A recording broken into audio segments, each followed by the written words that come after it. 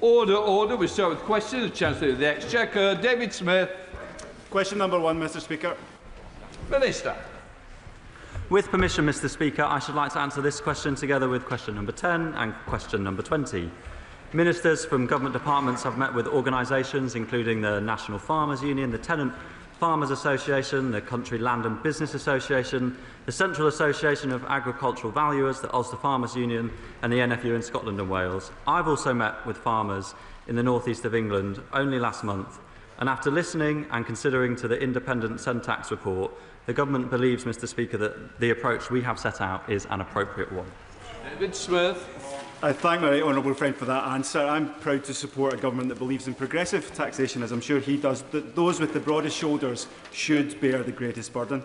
The Sentax minimum share rule proposal would mean that farm estates with at least 60% used for farming would receive relief up to £5 million per person. This would reduce the risk of family farms being broken up, place a greater burden on very large estates and those gaming the system, and double the forecast tax take. So, would he direct Treasury officials to take another look at the Sentax proposals on APR prior to the budget? May I thank my honourable friend for his question and say, Mr. Speaker, that he is a strong advocate in this place for his constituency and for farming communities. The member for North and Northumberland made the point just last week to me about how crucial both to economic but also social and cultural life our farmers and our farming community is. He has been working hard along with colleagues from rural constituencies across these benches to raise the points that matter to farmers, and this government is doing all that we can to support our farming industry. On the specific point around the Sentax proposals on minimum share, Mr. Speaker, I do not need to direct officials to look at them because I have read those proposals, and it is worth noting that the number of losers from the policy that is proposed would be more than double the number of people affected by the changes that this government is putting forward, with over 1,000 estates affected by the proposals put forward by Sentax. Thank you, Mr. Speaker. A Liberal Democrat Freedom of Information request revealed that the Treasury recently had plans to review the family farm tax. Farmers across the country are fed up with bickering and infighting from a government that just doesn't understand them. But there's still time to act and end months of confusion and misery. So will the Chancellor and her ministers meet with farmers from Glastonbury and Somerton and me to provide some clarity and reveal the full extent of the government's discussions on revoking this damaging family farm tax? Just a few weeks ago, I met with farmers to discuss this and other important issues, and the government does believe that even though this tax is a difficult change, and I don't shy away from that fact, we believe that it's the right change to make because it is a way of raising revenue, Mr. Speaker, in a fair way that helps contribute to restoring the public finances. Thank you, Mr. Speaker. I'd just kindly ask the Chancellor to please respond to my joint letter sent last week on Cornwall's future funding to meet with all Cornish MPs without delay. Mr. Speaker, alternative proposals to this damaging family farm tax, like a clawback scheme as proposed by the NFU, or increasing the threshold to £5 million, would raise more in revenue than the government's current plans. In contrast to her speech this morning, the Chancellor now has the opportunity to do both the right thing and the popular thing. The mental health toll on farmers is becoming completely unsustainable. So please, Chancellor, rethink this damaging policy. I thank the honourable member for his question, and I would be happy to meet with him and members from across Cornwall to discuss the issues that he raised in the letter to the Chancellor. May Ellis. Mr. Speaker, as the Minister's just highlighted, the main argument against the Sentax proposals for APR now seems to be a fear that more people will be subject to inheritance tax under its proposals, even though most of those extra people are essentially private homeowners with agricultural fields. Does he not agree with me that Labour values call for supporting hard-working farmers who are the backbone of this country over millionaire homeowners who have wider money in their wider estate to pay the inheritance tax? Thank you, Mr. Speaker, and I thank my honourable friend for her question and for her time last week. It was good to meet with her to talk about important issues affecting farmers and rural communities. On balance, the government believes that the policy position that was set out at the budget last year is the right position, Mr. Speaker, and we will be continuing with it. Right, we're going to Shadow Minister James Wilde.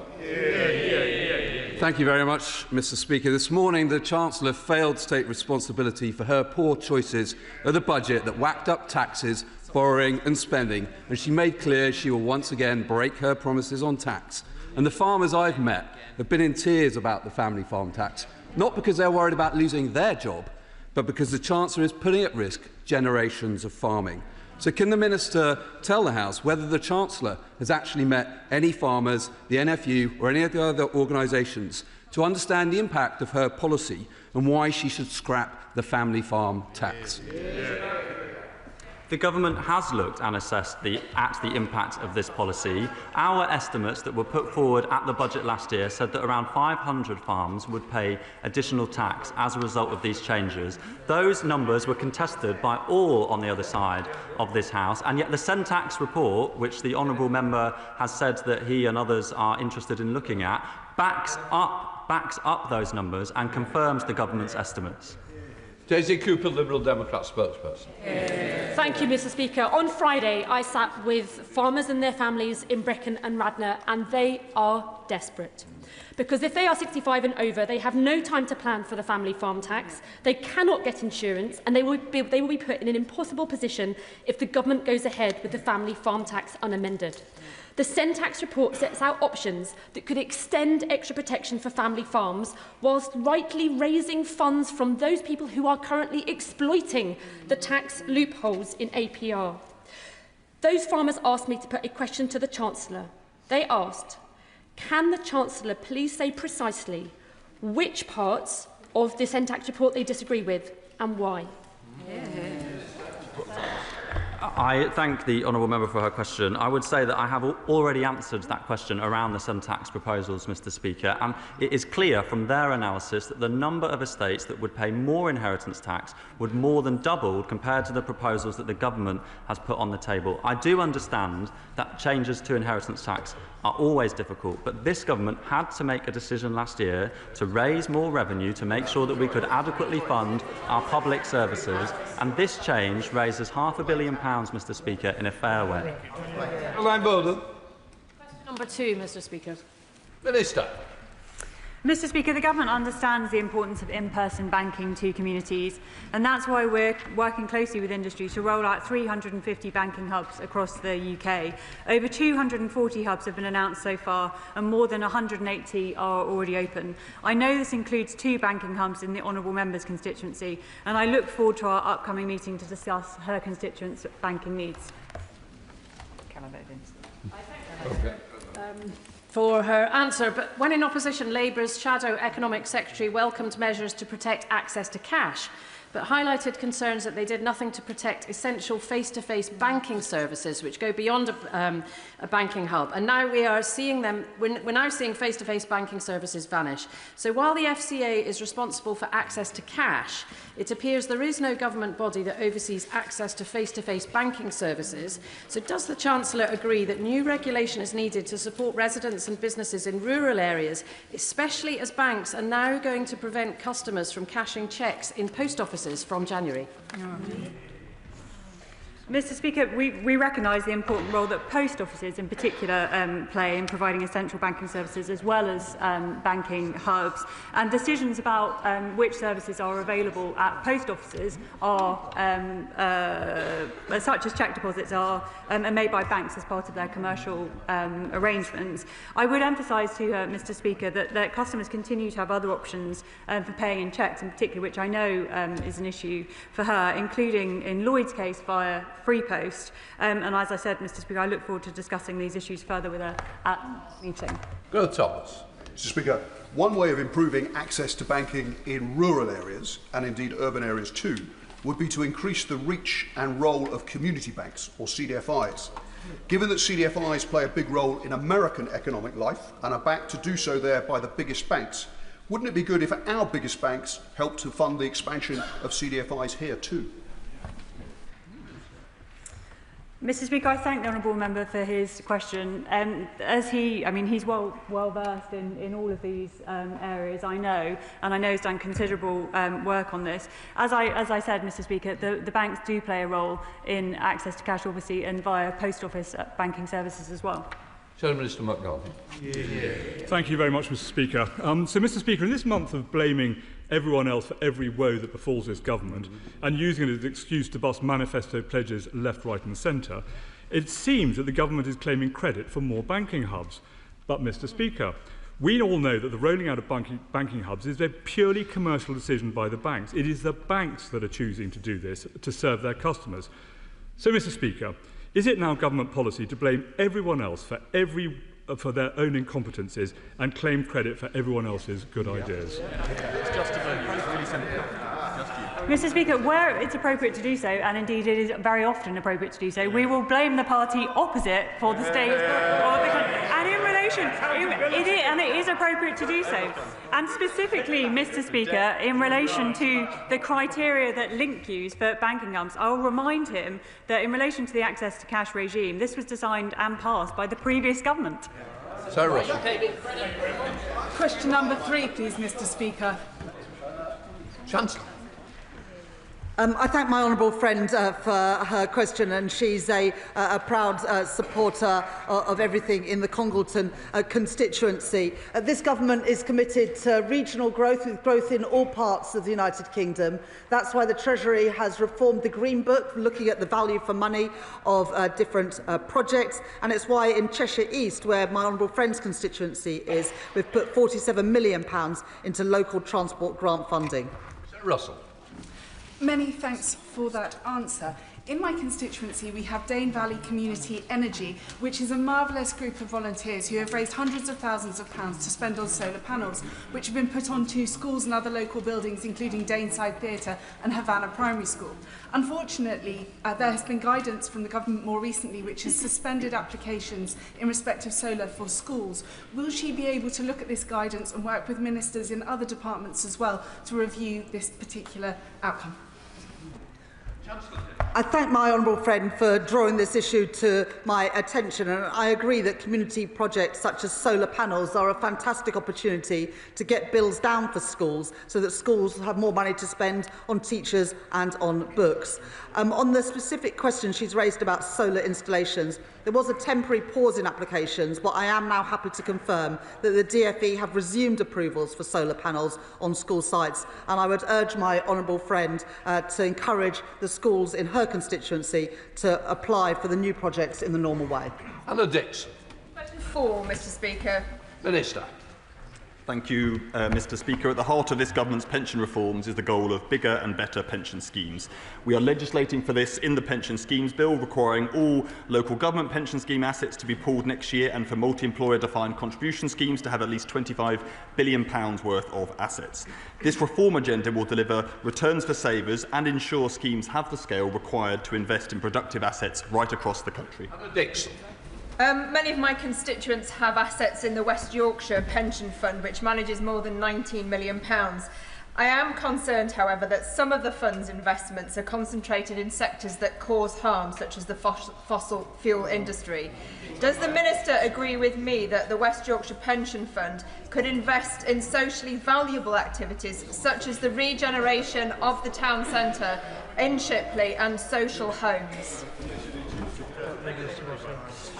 The LGPS actually has a strong track record of local investment of exactly the kind that my right honourable friend mentions, including in social housing, and we want to build on that record. The Pension Schemes Bill will specifically introduce requirements for local government pension scheme pools to work with strategic authorities, including mayoral strategic authorities, on local investment opportunities, which I thought the party opposite used to be in favour of before they decided that full-time chuntering was their business of the day. Along with the highest sustained levels of public investment since the 1970s, Britain will get back in the business of investing in its future once again.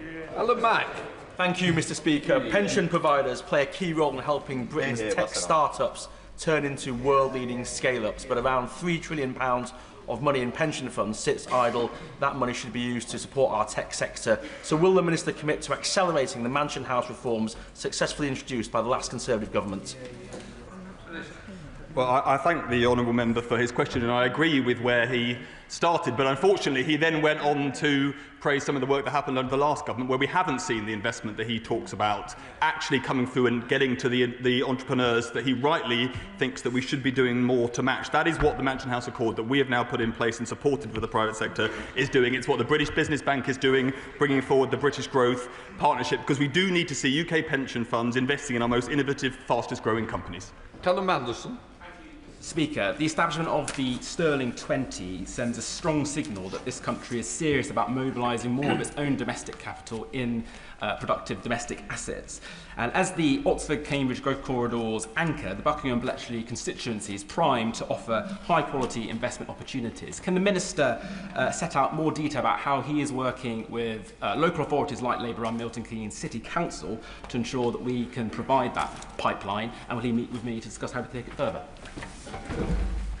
I thank my honourable friend for his question. He's always a powerful advocate, both for the fast-growing companies in his constituency, but for the right pension policy for the UK as a whole, as we saw during the Pension Schemes Bill, which he sat on the committee of. The Sterling 20 is a new investor-led partnership between the UK's 20 largest pension funds and insurers. It was established at the Regional Investment Summit in Birmingham on the 21st of October, and we are working closely with them to deliver exactly the kind of investment that my right honourable friend is talking about. Thank you, Mr. Speaker.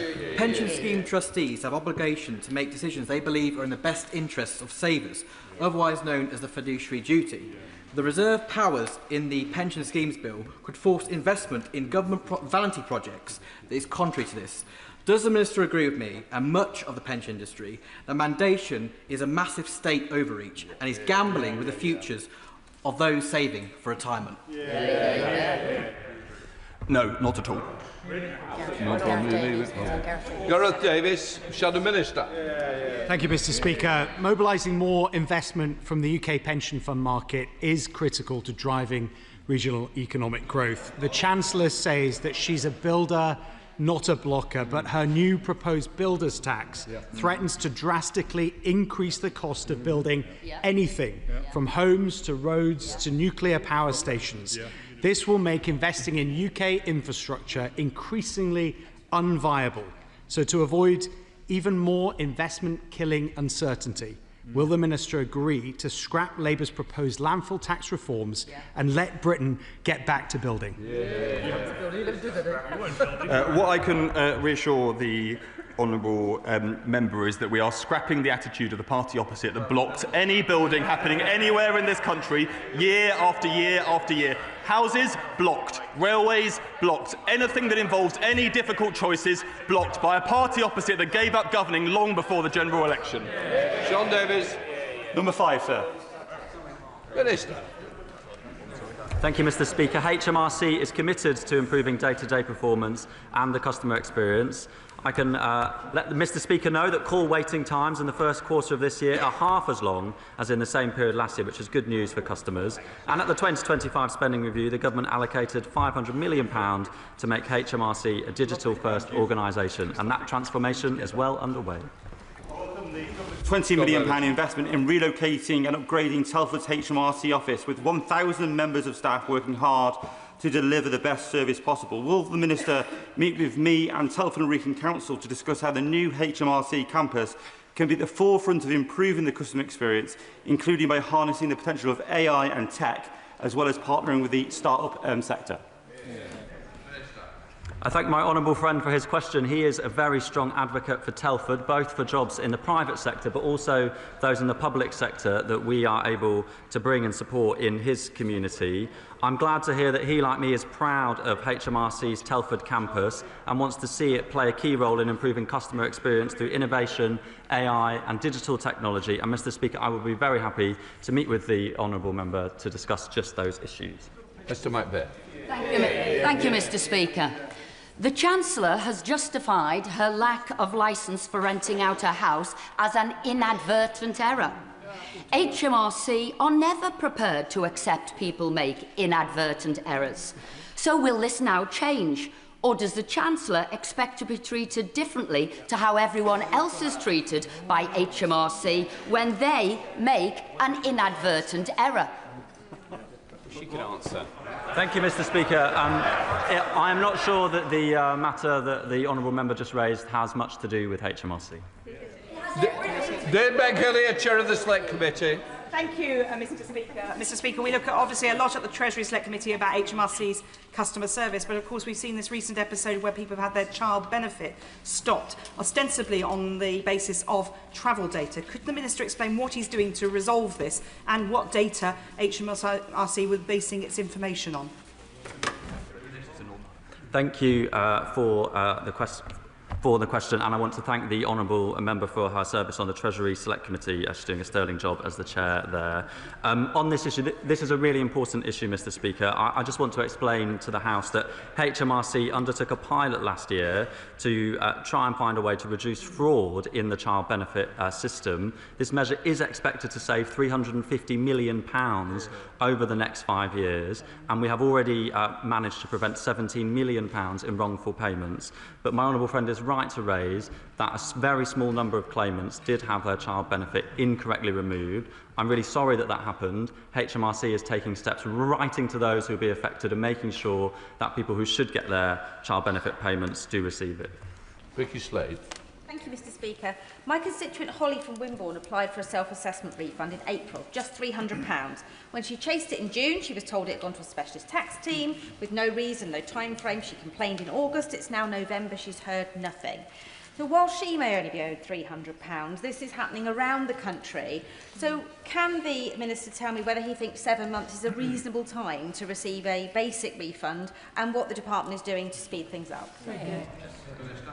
I thank the honourable member for raising the issue of her constituent. I would be happy for her to write to the department about this. Even though it's not appropriate for me to get involved in individuals' taxpayers' affairs, I hope that the department can improve on that service. We have improved the response rates when it comes to both people making phone calls and people getting in touch via the post. But of course, there's always more that we can do. Wendy Moore. Number 6, please, Mr. Speaker. Chancellor. Thank you, Mr. Speaker. The previous government left a £22 billion black hole in the public finances. And in the budget last year, I had to take urgent action to ensure our public finances were on a firm footing and to properly fund our public services, including a £29 billion investment every year in our National Health Service. You can't support more investment in our public services unless you support the tax changes to pay for them. Chancellor, I think they're grouped. Oh, sorry. Questions right, group. Mr. Speaker. With permission, Mr. Speaker, I would like to group it with 16 and 19. Thank you. Thank you, Mr. Wendy Moore. Mr. Speaker, I'm not convinced that that answer went anywhere near my question. So in terms of my supplementary, family businesses are the lifeblood of communities and constituencies such as mine. Last week I met with Family Business UK to discuss how the government's national insurance hike, alongside restrictions to business property relief, are forcing businesses to pause investment, think twice about taking on more staff, and in some cases even forcing them to close their doors. So ahead of the budget, Mr. Speaker, will the Chancellor meet with me and representatives from family businesses to see ways in which the government will work with, not against, these really key businesses? I thank the right honourable lady for that question. 43% of employers, almost 1 million, will pay no employer national insurance this year. That is an increase because of the changes we made to the employment allowance. Over half of employers with mixed liabilities will see no change or gain overall, and businesses can employ younger people, those aged under 21 and apprentices under 25 without mix. But the party opposite have to decide whether they will stick with this change to national insurance or not, because if you are not going to stick with this, then you'll have to admit that you won't be able to put the money into the National Health Service. Robertson. Thank you, Mr. Speaker. According to the British Retail Consortium, the Chancellor's last budget caused a £7 billion cost to retail, leading to shop closures, declining high streets and job losses. If the Chancellor won't acknowledge the damage she has caused, how will she go about rectifying it? And can I start by recommending a 100% business rate relief put forward by the Shadow Chancellor? Thank the honourable gentleman for that question. In his own constituency, in the Isle of Wight, the 6-month change in waiting lists showed that 5% fewer people are waiting for 18 weeks or longer, and that's only possible because the money we put into the NHS, because of the tax changes we made. And regard to retail sales and the impact on shops, retail sales have increased for the last 4 months in a row, with the most recent numbers for September and August outpacing expectations. Mr. Speaker, it was always blindingly obvious that increasing employers' national insurance would lead to an increase in business costs, which would lead to higher prices, hitting working people directly and rises in inflation. And sure enough, inflation has risen steadily under this government and is now almost twice its recommended level. But at the time of the last budget, we were told it was necessary to raise taxes on businesses by £25 billion to pay for the NHS. And large amounts of money has indeed been paid to unionised workers. But just yesterday, the ONS announced that NHS productivity had fallen by 1.5% since Labour took office. So can the Chancellor explain what exactly my Orpington businesses are paying more tax for? Well, in the honourable gentleman's constituency, people waiting more than 18 weeks for an appointment has also fallen, and that is exactly what that money is being used for. But the honourable gentleman needs to be clear, and so does the front bench opposite. If they are going to reverse the increase in national insurance, they have to also accept that there's less money for our National Health Service. That's a choice, but it would be interesting to hear whether that is the choice of that party opposite. From West. Thank you very much, Mr. Speaker. On the 6th of December, Small Business Saturday will have us all out in our constituencies supporting small business. What measures, following the announcement this morning about the need to enhance productivity, will the Treasury be introducing to assist small businesses in the current tough climate? I thank my honourable friend for that question, and I know that she's a strong champion of people in Hornsey and Wood Green, including small businesses. Last year at the budget, we set out the principles and the consultation on business rates reform, and our principle there is to make it easier for small businesses and high street businesses, whilst making sure that the online retail giants pay their fair share of tax. We'll be setting out more information on our reformed business rate system to help our high streets and help our small businesses on the 26th of November. Speaker, the party opposite gave us austerity, they gave us Brexit, and they gave us Liz Truss, including high interest rates and high inflation. This government so far has delivered the highest growth in the G7, 5 interest rate cuts, and record high levels of investment. So isn't the truth that it is the party opposite over 14 years that was the reason businesses were struggling? Odd. This is just a rant and nothing relevant to the question. Conor Naismith. Thank you.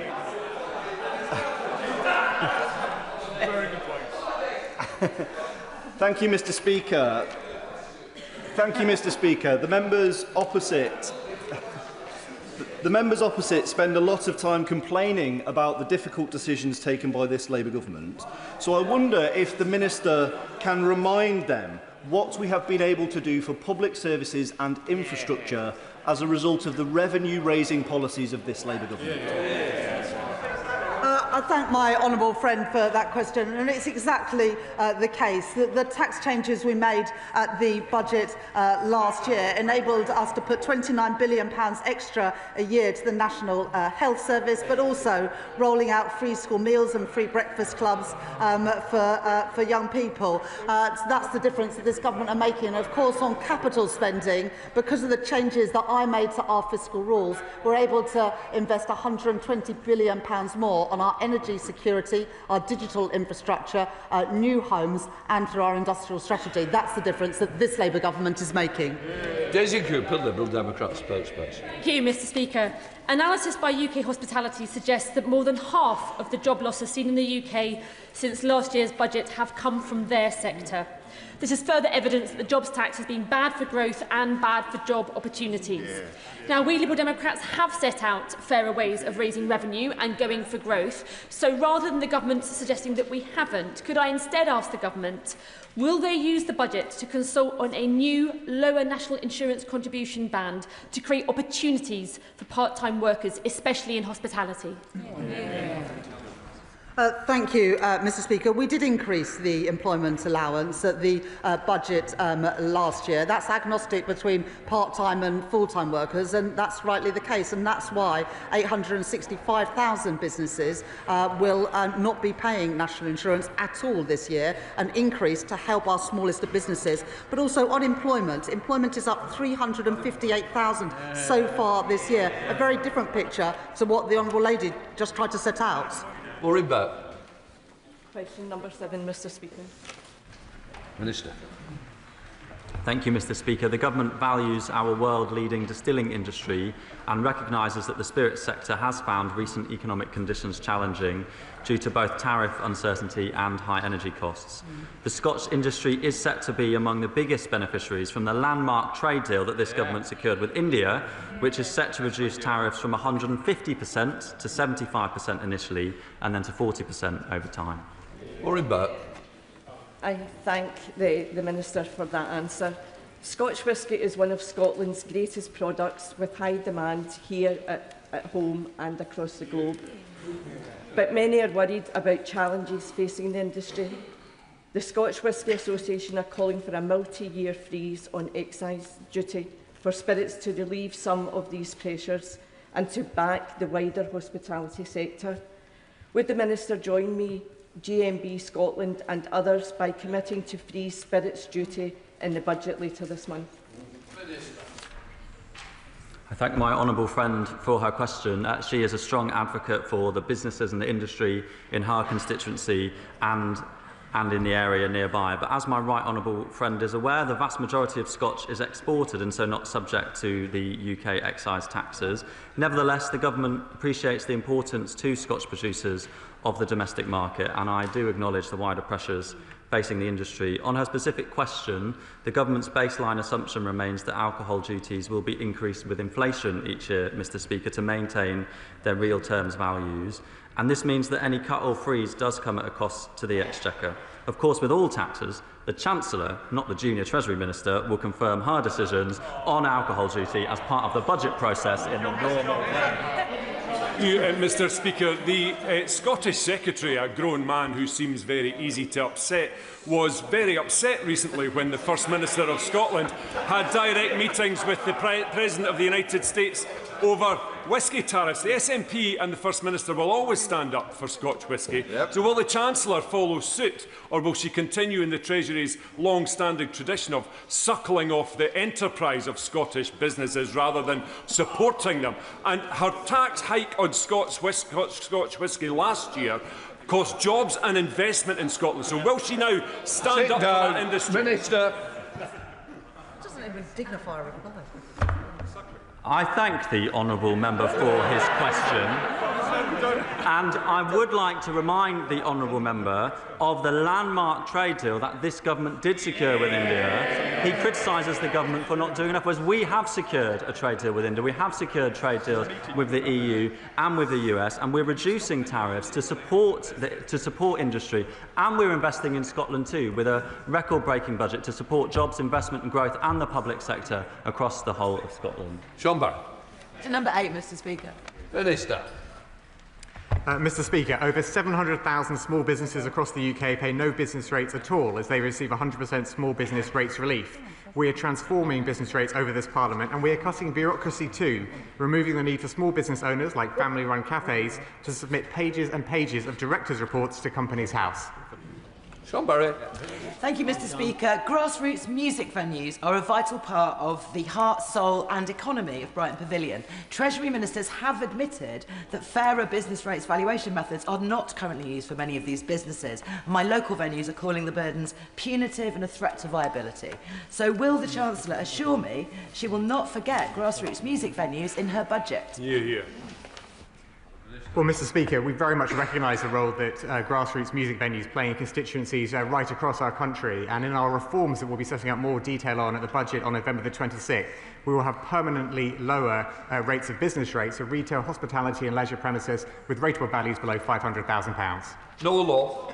Thank you, Mr. Speaker. Despite representing only around 9% of UK economic output, the retail and hospitality sectors contribute around a third of all business rates paid. So does the Minister agree with me that high streets like that of St Austell are public goods, and will he ensure that independent small businesses such as those he's described, which are central in our communities and economies, are no longer penalised by an arcane business rate system that undervalues their public contribution? Well, I thank my honourable friend very much for his question. And high streets in St Austell, as in constituencies right across the country, need more support from the business rate system, Mr. Speaker. And that's why we're transforming the business rate system to ask those larger premises, including the warehouses used by online giants, to pay slightly more in order to permanently cut the business rates which are payable by smaller premises on high streets right across the country. Minister James White.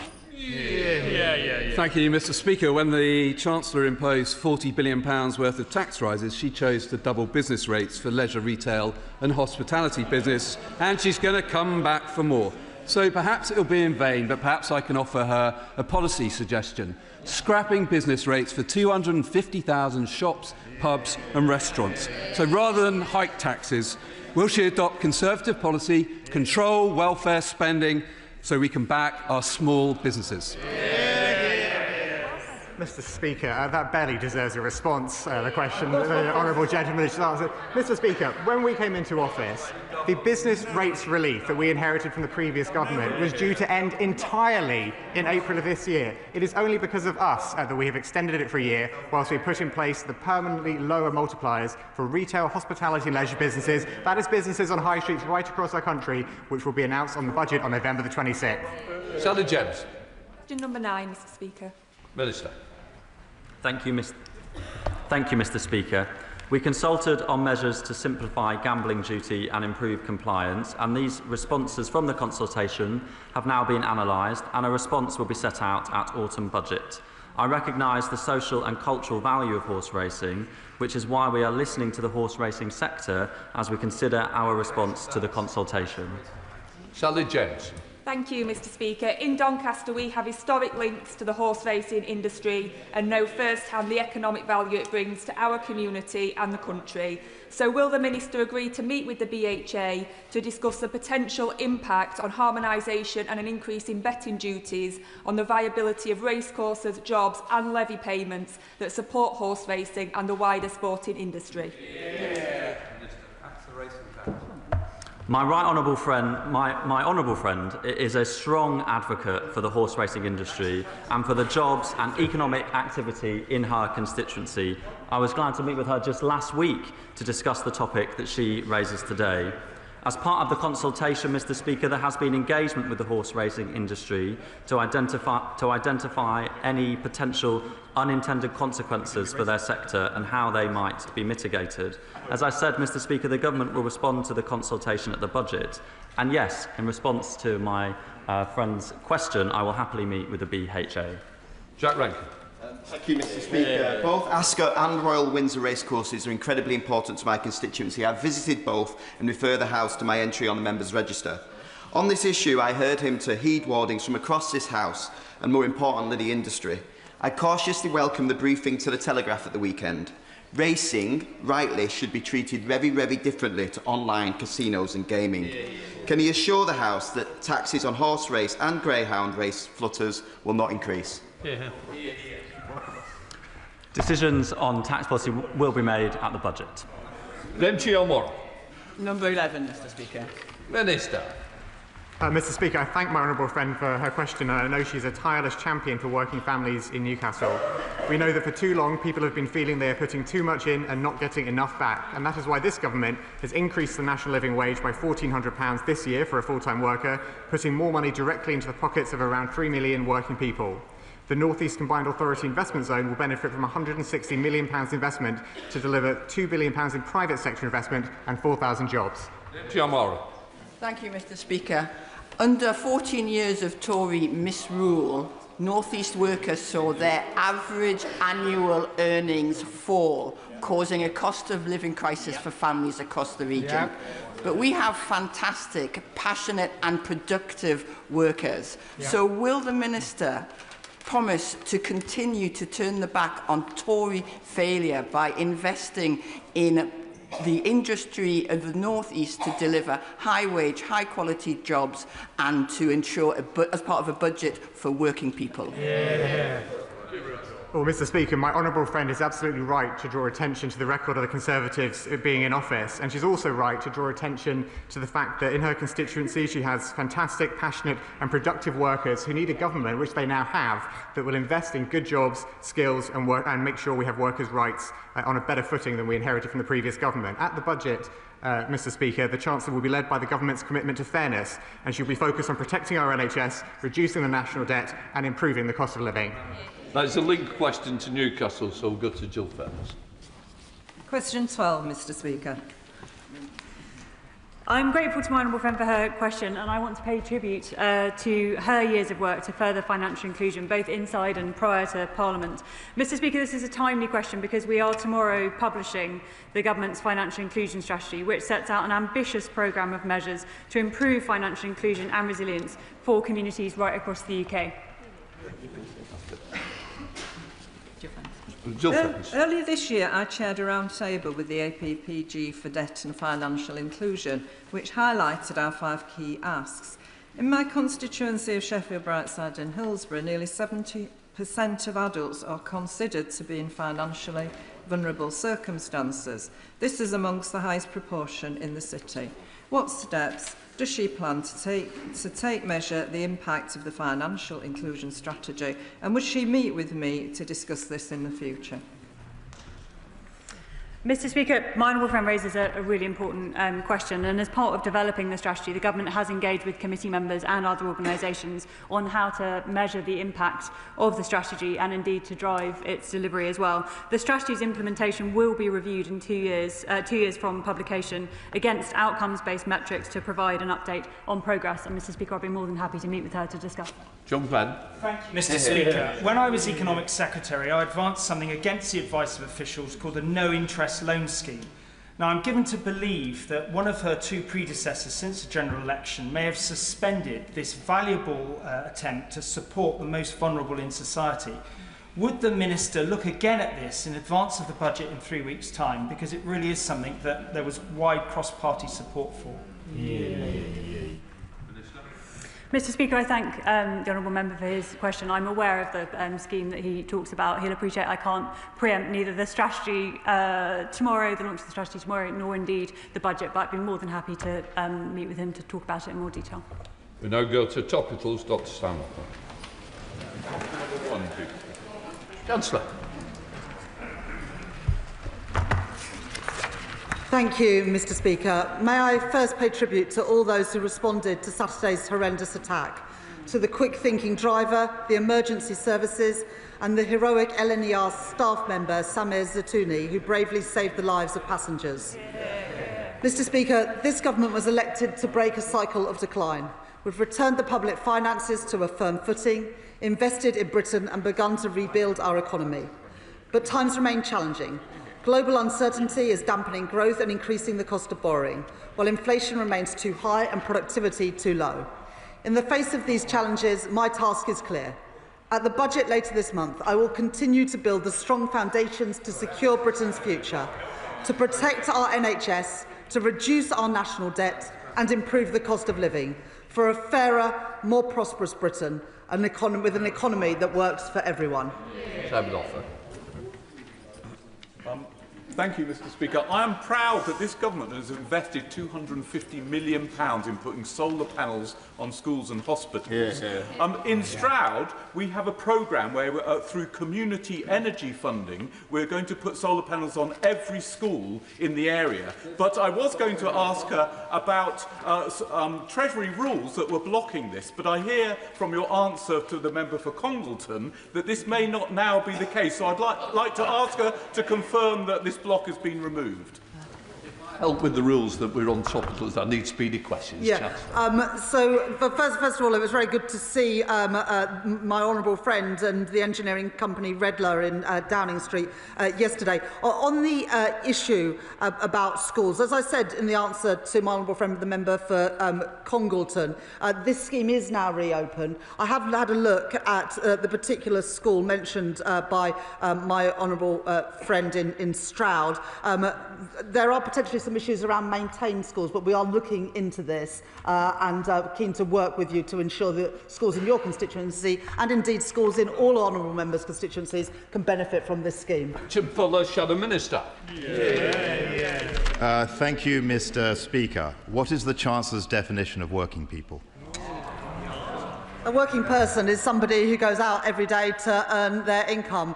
They rely on prices that are affordable in the shops, low interest rates, taxes as low as possible, but also public services that work for them, like the NHS, where rating lists have come down by more than 200,000 already. Richard Fuller. Well, that's a very broad definition, and maybe the Chancellor should speak to the Prime Minister, the Transport Secretary, the Education Secretary and the Chancellor of the Duchy of Lancaster, who all gave different definitions of working people over the last 12 months. After last year's budget, Mr. Speaker, the Chancellor said she had wiped the slate clean. But that wasn't true, Chancellor, was it? She said, I'm not coming back with more taxes. But that wasn't true, Chancellor, was it? At the election, the Chancellor said she would not raise taxes on working people. But that wasn't true either, was it, Chancellor? When will the Chancellor learn the truth, that she is not a commentator on the country's economic problems, she is the cause? Thank you very much, Mr. Speaker. When we came to office last year, there was a £22 billion black hole in the public finances. The reserve that is set out for genuine emergencies was already spent 4 times over, only 3 months into the financial year. That is the reality. We increased taxes in the budget last year to stabilise the public finances and to put a much-needed injection of cash into our public services, principally our National Health Service. Since then, anyone can see the big challenges facing the world, but also the productivity that never materialised under the past government. Look, I've got a lot of members to get it. I'm trying to help everybody. Don't be tempted. That's the easy answer. Let me help Janet Davey. Thank you, Mr. Speaker. Mr. Speaker, I know the Chancellor and her team are well aware that families are struggling with homelessness and temporary accommodation, like in my constituency of Lewisham East. But will the Chancellor consider increasing finance to local councils so that they can better support and improve my residents' well-being and indeed security? Well, thank my honourable friend for her question. At the spending review, we enabled better investment into temporary accommodation stock and strengthened local authorities' financial position. These changes will support local authorities to increase the supply of good quality temporary accommodation and drive down day-to-day spend on temporary accommodation. Thank you, Mr. Speaker. In her speech this morning, the Chancellor said that she must make necessary choices ahead of the budget. Will these choices once again come at the expense of rural communities like West Dorset? Or will she commit to reviewing the funding model to ensure that rurality is a funding metric alongside deprivation so that rural communities finally get the support they deserve? Mr. Speaker, at the spending review, which my predecessor, the Chief Secretary of the Treasury, announced earlier this year, we set out the record investment into the farming and rural communities right across this country, and that's only possible because of the choices that we've made on taxation and the choices we've made to balance the public finances.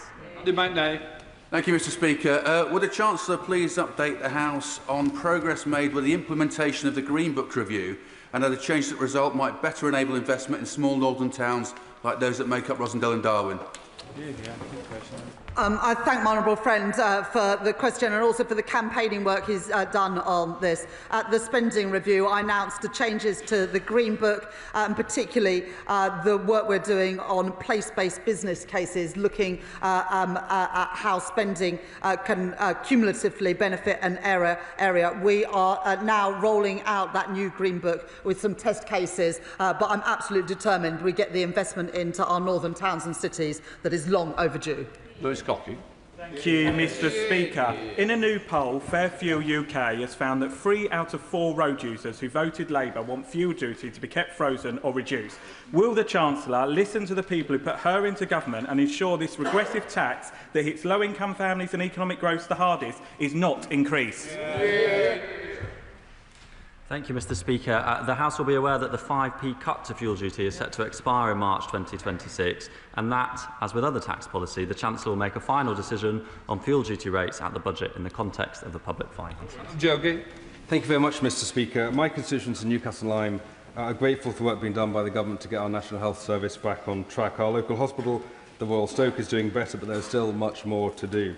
Can the Chancellor assure me that our National Health Service will always remain free at the point of need under this Labour government, and confirm that this government utterly rejects an insurance-based system as recommended by the Reform political party? The NHS will remain free at the point of use for as long as there is a Labour government, not something that Reform is able to promise. But as usual, Reform do one thing and say another. And in Kent, they said that they would find efficiencies so that they could keep down council tax. They haven't found a single efficiency, and that's why for 2 million people who live in Reform councils will get a council tax rise next year.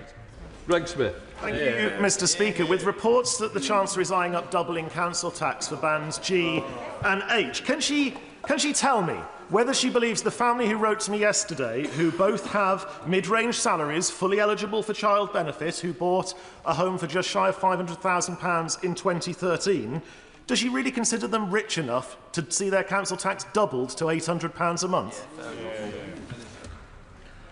Under the last government, time and time again, council tax went up and up and up, and the funding for local councils went down and down and down. We've left councils on their knees, struggling when it comes to special educational needs, temporary accommodation, funding for homelessness, funding for adult social care. This government will make the right decisions when it comes to funding our councils and having a fair property taxation system. Justin Bathurst. Thank you, Mr. Speaker. I refer to my membership of Unite. I met Unite reps from the automotive sector yesterday, including from the Vauxhall plant in Ellesmere Port, who raised with me concerns about changes to the ECOS scheme in the automotive sector. This will be an increase in taxes on working people, but it will also lead to some unintended consequences for the car sector, and also won't raise the money the Treasury believe it will. So will the Minister meet with me and interested parties to discuss this further? I thank my honourable friend for raising this issue. The government is fully committed to doing all it can to supporting the UK car industry to grow and invest and provide employment in constituencies like his and other really important sites across the country. Specifically when it comes to the employee car ownership scheme, we should be clear that private use of a company car is a valuable benefit to an employee, but it's also right that company car tax is paid on it, ensuring fairness with other taxpayers who pay tax on cars provided by their employers. That said, Mr. Speaker, I would be happy to meet. No, please, I'm trying to help these members. You tell me which one you don't want to get in, because that's what it's getting to. Lisa Smart. Thank you very much, Mr. Speaker. I recently joined Sarah Laker and the wonderful team at Stationery Supplies in Marple to celebrate an impressive 20 years in business. But recent research by the British Retail Consortium and UK Hospitality has shown that 120,000 high street jobs are potentially at risk as a result of proposed changes to business rates next April. Could the Chancellor and Ministers confirm that the forthcoming budget will support my 250 local retail businesses through a meaningful reduction in rates and ensure that no shop pays more? Meant to shorten your question for Topples, not your original one, Minister. Mr. Speaker, we will be introducing permanently lower rates for those businesses in the budget. Kenneth Stevens. Thank you, Mr. Speaker. My constituents in Airdrie and Shotts, along with many others across the country, will be impacted by the decision of Maiden Life for Sack Rings to withdraw family protection plan cover. I understand she may be aware of this issue. So will her department investigate this matter and consider what assistance might be available to those affected? Mr Speaker, I am indeed aware of this issue. I know it affects those in his constituency and those in plenty of other members' constituencies too. I also know how concerned he is about it, and as other members are too. It is for the FCA to consider whether it's appropriate to take any further steps, but I have asked my officials to engage with the FCA on how they're approaching this. Jerome May. Economists have told the Chancellor that stamp duty is a terrible tax because it damages growth. The government's response is to double stamp duty on a £300,000 house. Why?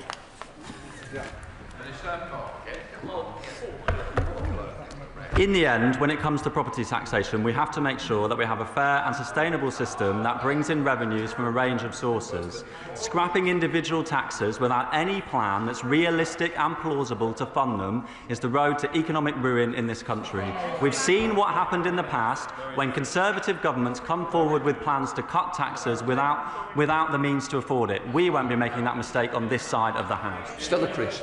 Thank you, Mr Speaker. British businesses face a toxic storm of crushing tariffs from America and mountains of paperwork from Europe. Now, I welcome the Prime Minister's recognition we need to do something about the latter, because in my constituency, because of Brexit, businesses now have to deal with 27 different VAT regimes rather than one. So could the Chancellor update us on what she's doing to be a red against the red tape and solve that problem?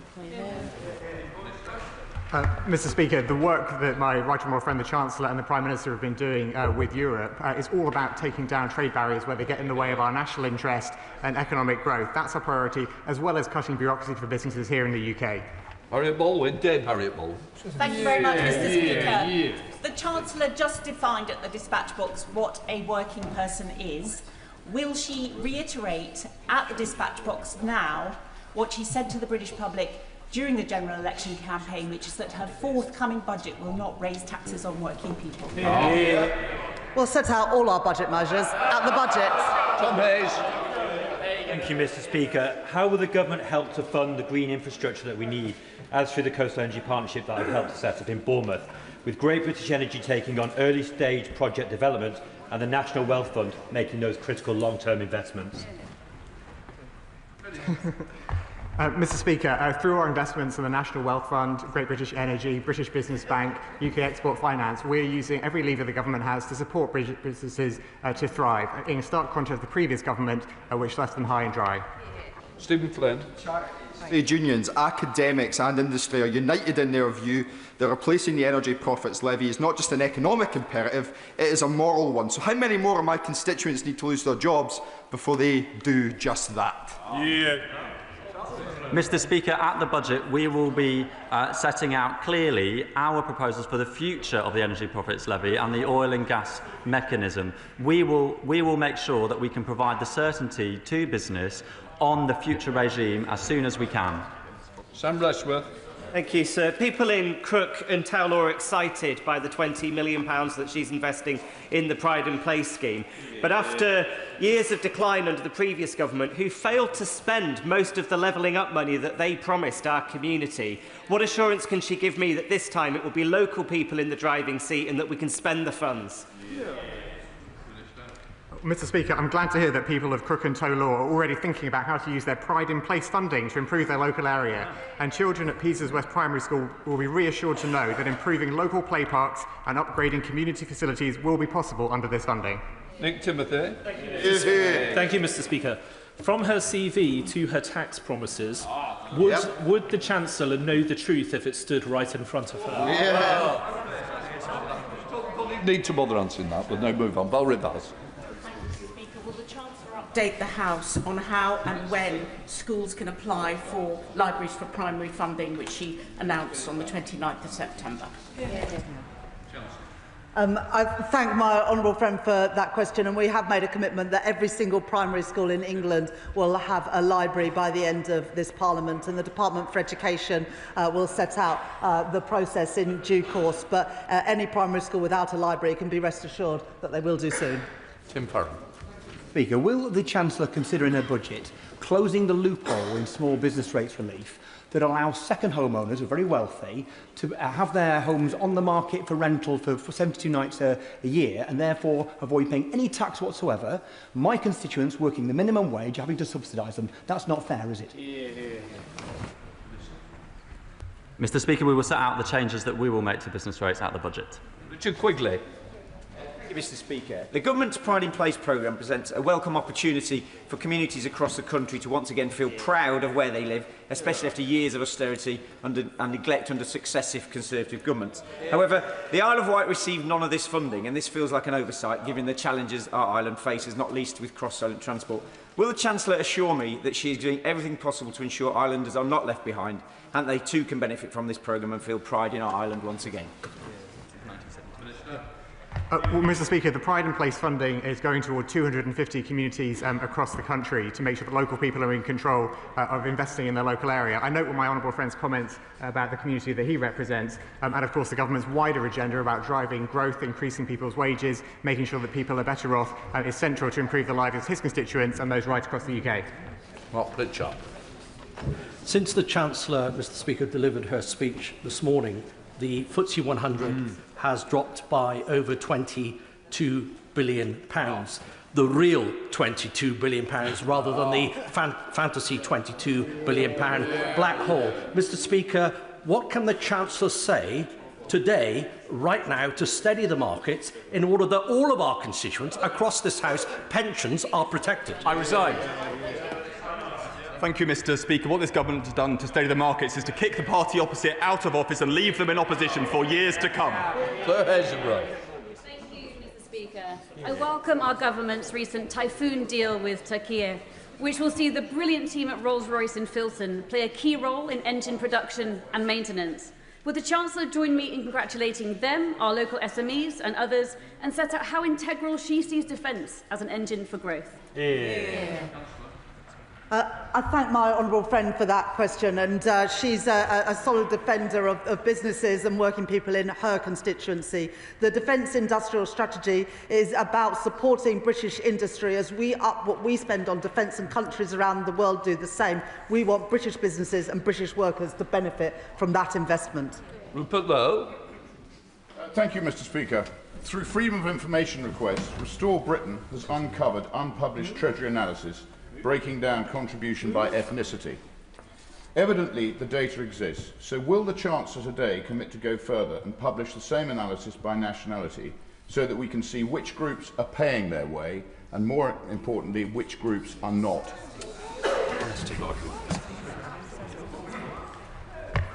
Mr. Speaker, I'm considering how to respond to that question, but I will simply leave it at saying that everyone must pay their fair share of tax. That's something this party is committed to in government. What happened? Constructive note, Mr. Speaker. For the last year, I've been campaigning hard for Eden Portland to open in my constituency. If opened, it will be a world-class attraction, rejuvenating Portland, attracting new investment, creating well-paid jobs and promoting our coast. The project is a success story waiting to happen. So will the Chancellor of the Exchequer continue to work with me, Dorset Council and the team at Eden Portland to deliver this exciting project as soon as is possible? I thank my honourable friend for raising with me again about the opportunities in Portland. As he knows, we're working closely with Dorset Council, the project, and indeed with my honourable friend to try and bring this to fruition. Chris Scotland. I agree with her on the use of public R&D as one of the most effective levers for economic growth. But public R&D is not significantly increasing over the entire period, 5-year period of the spending review. So does the Chancellor agree with me that if the government is serious about economic growth, it must find a way to increase public research and development? We are increasing in real terms in every year of this Parliament spending on research and development for exactly the reasons that the honourable gentleman mentions. But we're doing more than that as well. We're supporting start-up and scale-up businesses through our pensions reform, through the British Business Bank and through UK export finance. We're absolutely determined to ensure that the money that goes into R&D in this country turns into great businesses that stay in this country. Will you join me in congratulating the great work of Redcat, a catapult based in Hyndburn that's been supporting over 300 jobs being safeguarded and the development of 46 new products. Does the Minister agree with me, and would they meet with me to consider the role of catapults in places like Hyndburn to support the picture of economic growth? Catapults have been a big success in driving economic activity, especially in areas like manufacturing and engineering, which are very prevalent in all parts of the country, including in my honourable friend's Hyndburn constituency. It was a pleasure to visit Hyndburn with my honourable friend last year, and I look forward to having the opportunity to do so again. In the past few weeks, I've visited two incredible local businesses, Saragosta Spirits, a local gin distillery, and Williams Family Wines, an award-winning winery. But such entrepreneurial success is being hampered by small producer relief, adding significant additional duty costs and preventing them from growing. So with English viticulture and wines enjoying a surge in popularity, will the Chancellor consider extending small producer relief to drinks above 8.5% ABV? And if not, why? All of the decisions, Mr. Speaker, in relation to tax will be made at the budget in late November. Juliette Campbell. Thank you, Mr. Speaker. In my constituency of Broxtowe, Claire founded Little Foxes Playtown that caters for and is enjoyed by both children and parents in the community. However, Claire's business has struggled with the cost of business rates and now having to pay VAT. Would the Minister assure me that the changes in business rates will benefit small business owners like Claire, ensuring they can continue to serve the local area? I thank my honourable friend for that question, and one of the things that's really important about the reforms that this government will undertake to business rates is that we support small businesses to be able to grow and invest. They are the backbone of our communities and the backbone of our country, and the reforms that we will set out of the budget and we will continue to have conversations with members across this House and businesses on will, I hope, continue to support and invest in our small businesses. Jim Ramsey. Mr. Speaker, this morning the Chancellor spoke of difficult decisions for everybody but the ultra-rich. With billionaire wealth soaring while living standards for most people fall, does she agree it's time to double down on gross inequality in our country and tax extreme wealth fairly so we can tackle the cost of living crisis, end child poverty and invest in our public services? Well, as the honourable gentleman knows, that is not what I said in my speech this morning. And in the budget last year, we got rid of the non-dom tax status, we introduced VAT and business rates on private schools, we increased capital gains tax, we increased tax on private jets, and we got rid of the carried interest, more than the Green Party has ever done to reduce inequality in this country. Terry Jeremy. Thank you, Mr. Speaker. So often it is the farm that is the very core of a rural economy. Could my honourable friend confirm what assessment has been made about proposed changes to agricultural property relief on growth opportunities in rural areas and the viability of rural communities? I thank my honourable friend for his question. When it comes to the proposals that have been made by Sentax and others in relation to the changes to agricultural property relief, as I said earlier in questions, it is the case that the proposals that were put forward by that organisation would result in twice as many farms paying more tax than are planned to do under the proposals that the government put forward. We think our proposals are right and fair, Mr. Speaker. Lockhart.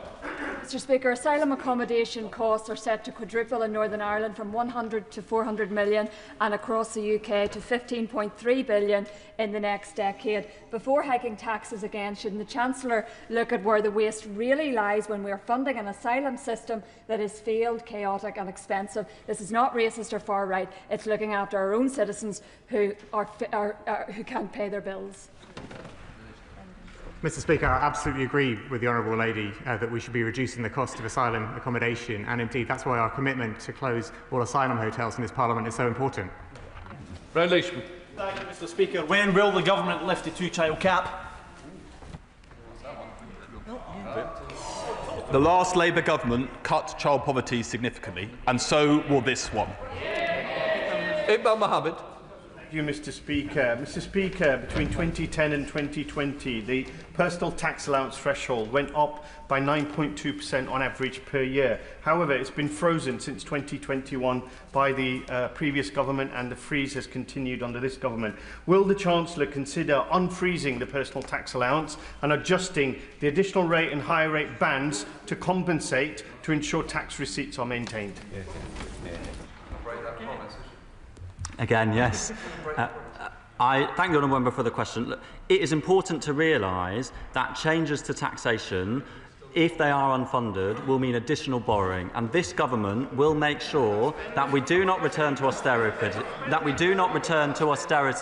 as the members opposite did, but nor, Mr. Speaker, will we return to additional borrowing, which causes interest rates to rise, causes the cost of mortgages for families to go up, and leads to economic chaos. That is not the approach that this government will take, Mr. Speaker. Please, questions. We now come next. Do you want to leave? Yeah. Thank you. We now come to presentation of the bill. Sarah Dyke. Dairy Farming and Dairy Products Bill. Second reading what day? Friday, 28th of November. Friday, the 28th of November. Okay. Thanks. Right, we now come to the 10-minute rule bill. I call Alice MacDonald. Mr. Speaker, I beg to move that leave be given to bring in a bill to make provision for a right to paid time off work for fertility treatment and for connected purposes. Hear, hear. Deciding to start or grow your family should be a time of joy and happiness, of making plans for the future. And every year in the UK, hundreds and thousands of babies are born under such circumstances. But for some people, the path to parenthood is not simple or easy. According to the World Health Organization, infertility affects 1 in 6 people globally. And whether it's due to these medical factors, being in a same-sex relationship, or considering solo parenthood, there are so many people who desperately want children but who can't without extra medical support. That comes through the form of fertility treatment. In 2023, 52,400 patients underwent IVF in the UK. These are not statistics, these are our friends, our colleagues, our constituents. And right now, they are not entitled to the support that they deserve.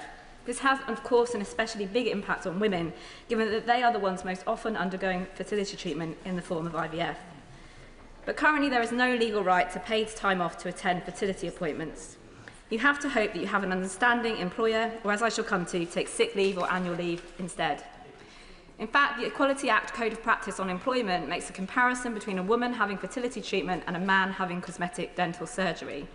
How can that be right?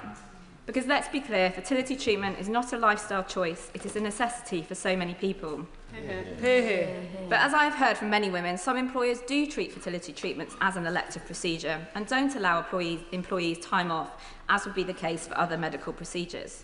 And let's be clear, IVF is not a simple filling or a dental clean-up.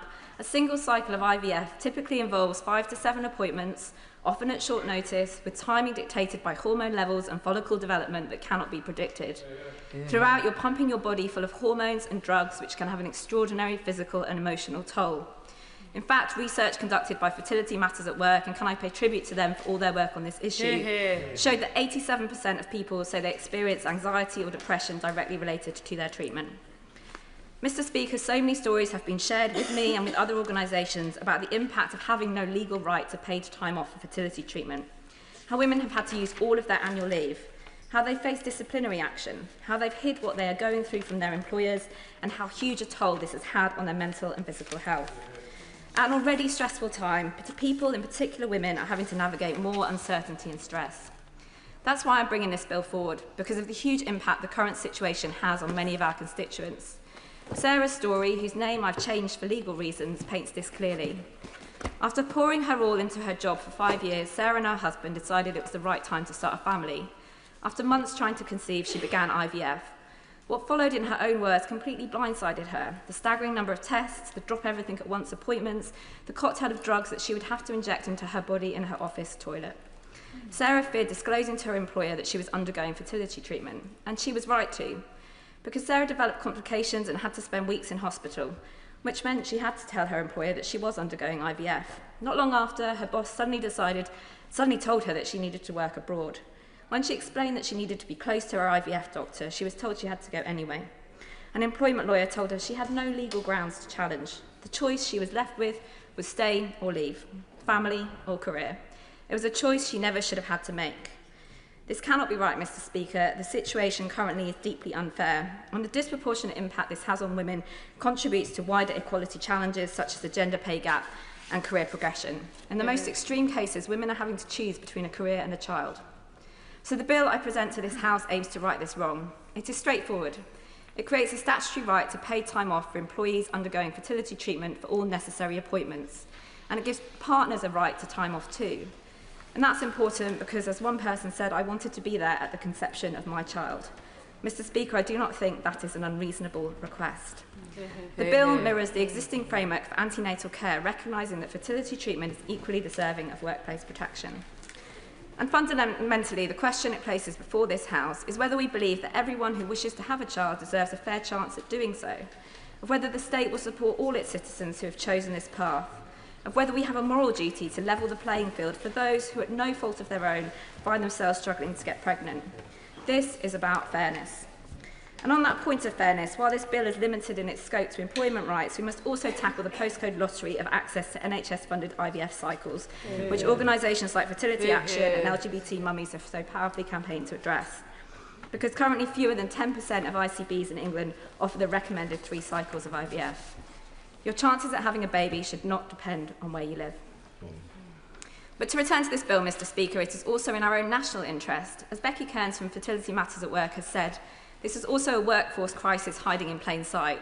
We're facing a global fertility decline, but failing to support those actively trying to start a family. Last year, fertility rates in England and Wales reached an all-time low, falling for the 3rd year in a row to 1.41 children per woman. In order to even just sustain current population levels, it needs to be 2.1. So we need more people to have babies, and we should be helping those who wish to become parents and grow their families. It will be raising the future workers and taxpayers that this country will depend upon. It's of course not the only solution to falling fertility rates, but it would help. And meanwhile, Mr. Speaker, amid this climate of stigma, of women being afraid of revealing they are undergoing treatment, there is a very real cost for British business. Without the right to receive time off, up to 63% of people take sick leave to attend appointments. And because many are concerned about telling their employers, they're often taking whole days off to hide their appointments, instead of the few hours they actually require. And recent research actually published this week estimates that this is costing UK employers up to 54 million in unplanned sick leave every year alone. Just one example of the cost to businesses. So providing a statutory right doesn't just protect employees, it gives them permission to take time openly and plan it with their employer, transforming chaos into clarity for everyone. And Mr. Speaker, let me add that accessing treatment can be even more challenging for those working in certain circumstances, such as shift work or travelling often. And in fact, it's smart business too, because 86% of employees would be attracted to a role in an organisation that provides fertility support. And indeed, there are already many businesses who recognise this is not only the right thing to do, but their own interest too. Businesses like Centrica, Cadent Gas and Aviva, which has a strong presence in my constituency, have all voluntarily given paid time off to their employees for fertility treatment. But whether someone can attend their fertility appointment should not depend on luck of the draw, a kind manager or an understanding employer. It should be the norm for everyone. And in many other countries, bespoke employment legislation has already been developed. People in countries including South Korea and Malta are entitled to a right to paid time off for fertility treatment. Mr. Speaker, we have come a long way as a society. For decades, we've provided paid time off for antenatal leave, then maternity leave, and soon, thanks to Labour's Employment Rights Bill, Day 1 rights for paternity and parental leave and bereavement leave for pregnancy loss. But we must look at fertility treatment too, because the pathway to parenthood, as I know myself, is not always easy. And this bill will also help shift the culture and narrative in workplaces about a topic that has remained taboo for far too long. And I know that there has been support across the House for this change. I pay tribute to the former Conservative member Nicky Aitken, who introduced a similar private member's bill in the last Parliament. And I also like to thank the government, current ministers and past ministers for their engagement with me on this issue to date. I know that they are listening.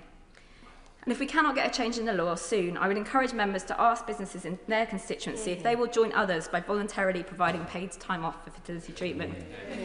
Finally, Mr. Speaker, it is deeply fitting that this bill is presented in Fertility Week, a time to challenge taboos and raise awareness of the devastating physical, emotional and social impacts fertility problems can cause. And how better could this House show that it is alive to these issues, to these injustices, by giving its support for this bill today? This bill is about fairness. It's about saying to the thousands of people who undergo fertility treatment every year that we see you, we support you, and you should not have to face this alone. It's morally right, it's right for our economy, and it's right for our national interests, and I commend this bill to the House. The honourable member have leave to bring in the bill. The question is that the honourable member have leave to bring in the bill. As many of that opinion say aye. Aye.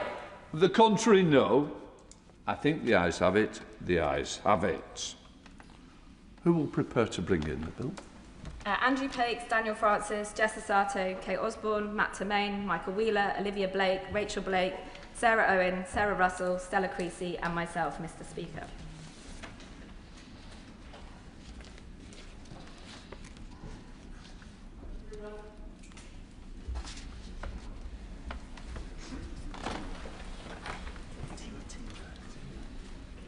Alice MacDonald.